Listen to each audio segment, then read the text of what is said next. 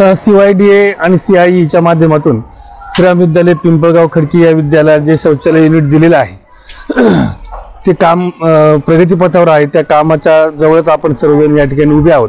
प्रथमतः CYDA आणि CIE कंपनीच्या सर्व अधिकाऱ्यांचं मी विद्यालयाच्या वतीने ग्रामस्थांच्या वतीने हार्दिक स्वागत करतो। आणि आपण इंग्रजीमध्ये म्हणतो हेल्थ इज वेल्थ, आरोग्य हीच खरी संपदा आहे। तुम्ही संपत्ती किती मिळवली जर तुमचं आरोग्य चांगलं नसेल तर संपत्तीचा काही फायदा नसतो। आणि आरोग्याच्या दृष्टीने महत्त्वाचा भाग म्हणजे शौचालय।